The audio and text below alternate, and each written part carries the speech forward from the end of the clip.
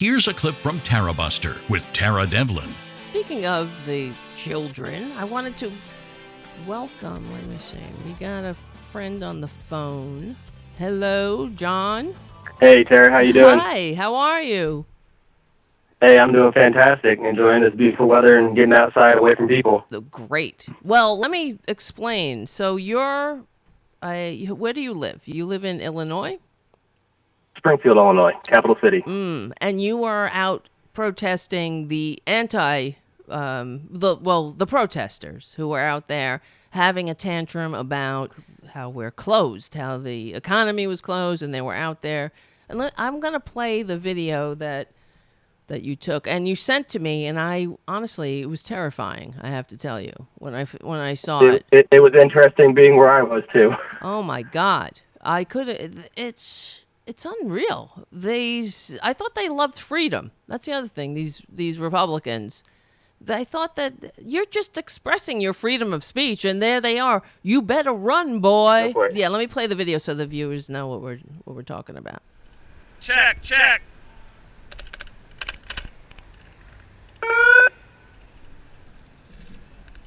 Check 1, check 1. If you stood 6 feet apart and wore masks, your protest would be more effective. My 8-year-old daughter doesn't get what she wants when she throws a fit. Why should you? If you stood 6 feet apart and wore masks, your protest would be more effective. My 8-year-old daughter doesn't get what she wants when she throws a fit. Why should you?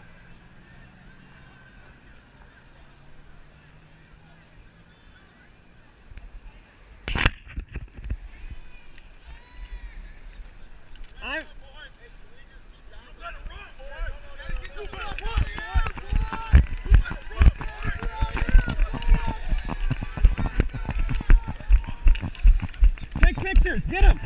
Take pictures! Watch out!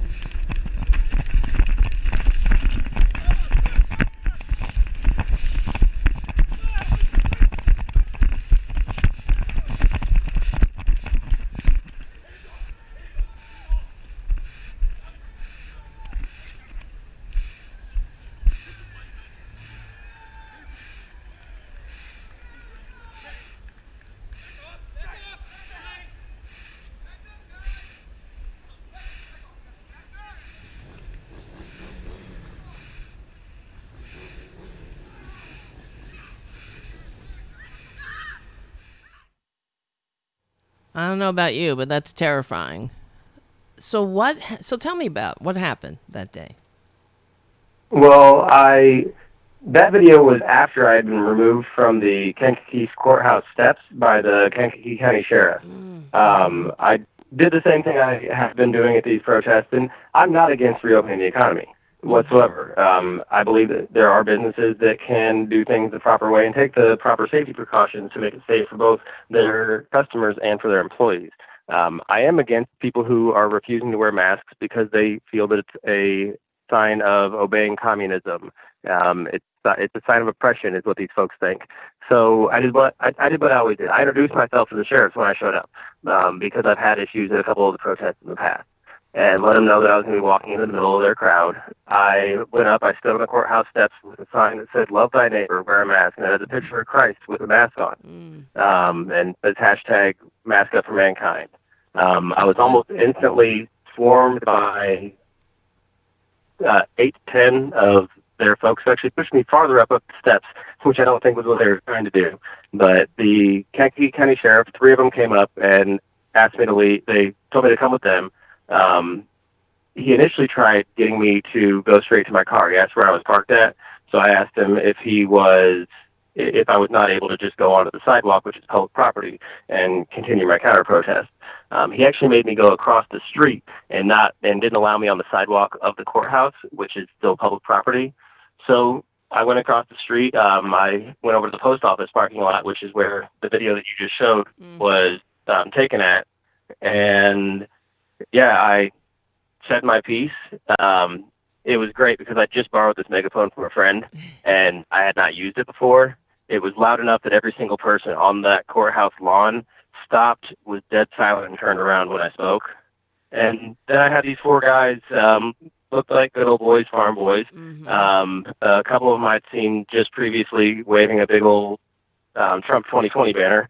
And they come across the street, and one of them starts saying, you better run, boy. And at that point, I thought that was pretty good advice. I mean, that was probably Ahmaud Arbery's. That's probably the last thing that man heard. And I can't even imagine how many African Americans in the history of our country that their last words that they heard were "You better run, boy." Wow. It's terrifying that that's the first thing that came to that guy's mouth. Right. So I did. I took off. There was another gentleman as I ran by who joined in the chase, and about 60 feet after that, some random, completely unknown guy. I asked him his name after while he was being arrested, and he just shook his head silently. So that guy's a hero. But he tackled the guy who was chasing me. Just came out of nowhere in a mask and sunglasses and laid him out. Wow. Why did he get involved? Do you know? Did he say why? He had been kicked off the Capitol grounds moments after I was. I think the police identified him as a counter-protester as well. I don't think he was there for anything like I was to bring attention to a point. I think he was more there to observe. But I'm definitely thankful for him. I mean, he really felt like an old school Anon, like before they got co-opted by Russia. Right. Like, that's what, because I was involved in Occupy back in 2012, and that's what he felt like, one of the old school guys. Wow. Well, thank goodness he was there. I actually have that other video. I wasn't sure which came first, so let me see if I'll play because I have the video of you being removed. Hold on. I was actually, after I got chased, I was escorted to my vehicle by the Kankakee County Sheriff. I'll play the video so the viewers can see. Exactly, and we should be doing that. Love you, man. That's the sheriff of the county. He's coming to talk to you. All right. I'm going to keep going. Okay? We're pretending like nothing's happening up here.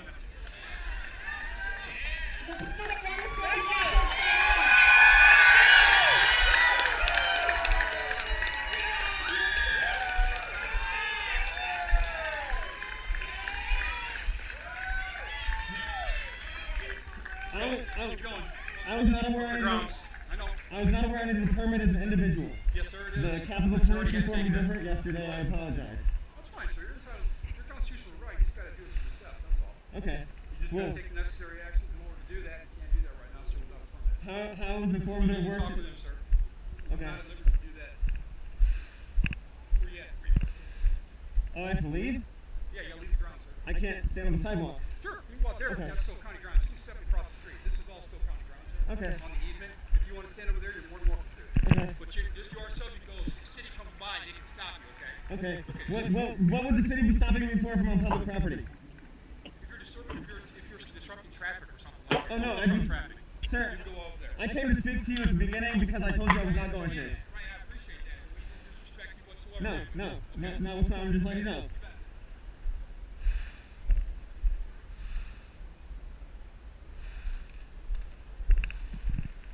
Why would you need a permit to stand there while they're also protesting? It didn't make any sense to me because you're...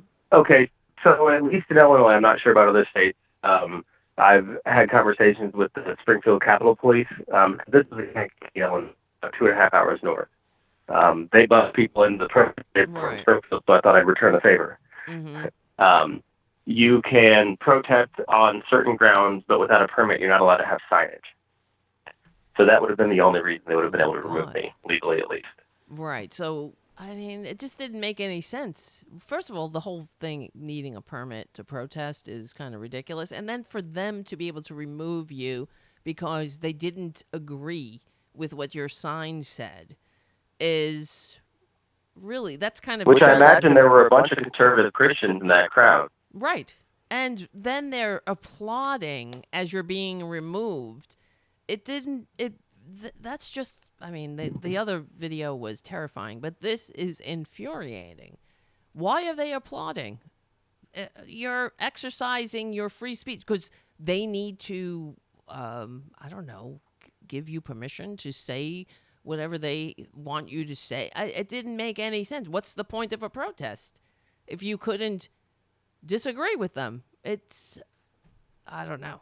And these guys, one of the things they're out there saying that their First Amendment right, their right to peacefully assemble, has been violated, but they're out there intentionally silencing me when I'm trying to exercise my First Amendment right of free speech. And I have another video from a few days before a protest in Springfield where a gentleman was blocking me and ended up hitting me a couple times with the flagpole of a "Don't Tread on Me" flag. So how ironic is that, being tread on with a flag that says "Don't tread on me"? Exactly, right. Well, hold on a second. Here's the music. We'll be back in a sec. I really appreciate what you're doing, and it takes guts to stand there because they are violent. And I wondered to myself when I watched them chase you down, and you're 100% correct to think how many Americans have heard "You better run, boy" as the last words that they've heard from another human being. It's the chilling, disgraceful history of this country. And it's these big freaking whiners, these posers. They're not American. This is anti-American.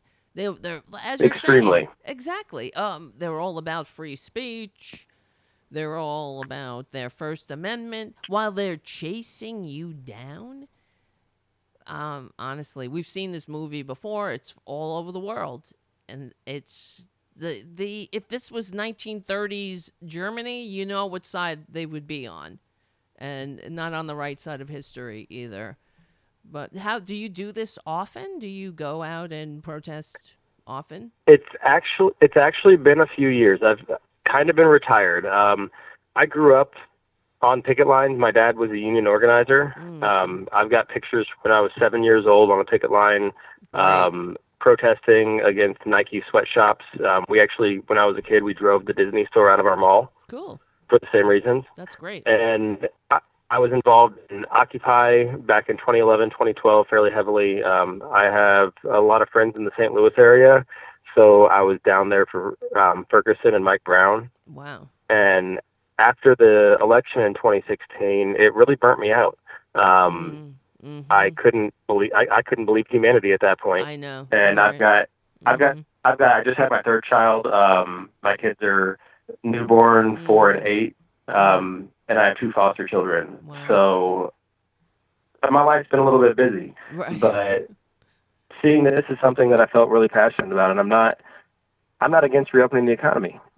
Like I said, I just want people to take the proper precautions and common sense measures to protect their friends and neighbors. Right. And that's the least we should be able to expect from our fellow Americans who proclaim to love this country. They proclaim themselves patriots, but they won't do the first little thing to save another American from being sick or to go out of their way to ensure that someone doesn't needlessly die. And they'll do everything that they can to excuse not wearing a mask, which is a simple precaution.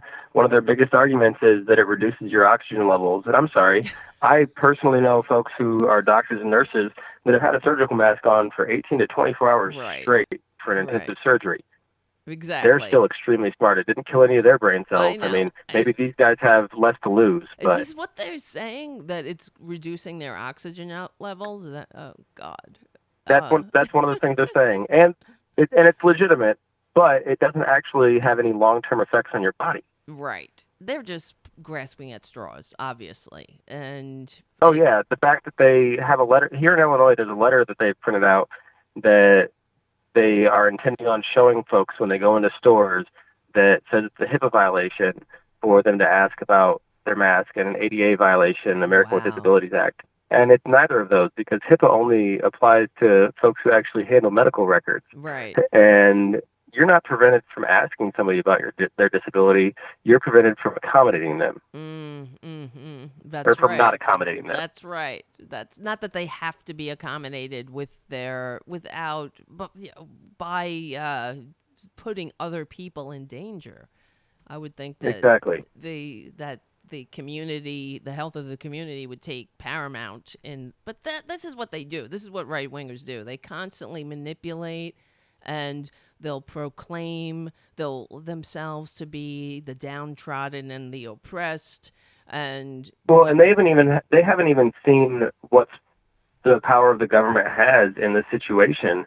Through the Interstate Commerce Act, the CDC has the power to shut down travel between states. They can actually overrule the president in situations of public health crises. The CDC and the Department of Public Health has more power and can supersede the president's office. But they haven't.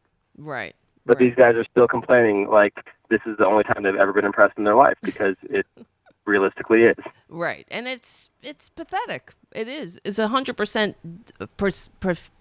The whole patriot thing gets me particularly irritated, since being a patriot means the word patriot means fellow American. It means fellow countrymen. So you can't proclaim yourself a patriot if you don't give a shit about your fellow countrymen. And if we're asking you as a community to inconvenience yourself a little bit, put on a mask, act like a human, act like you're not the center of the universe.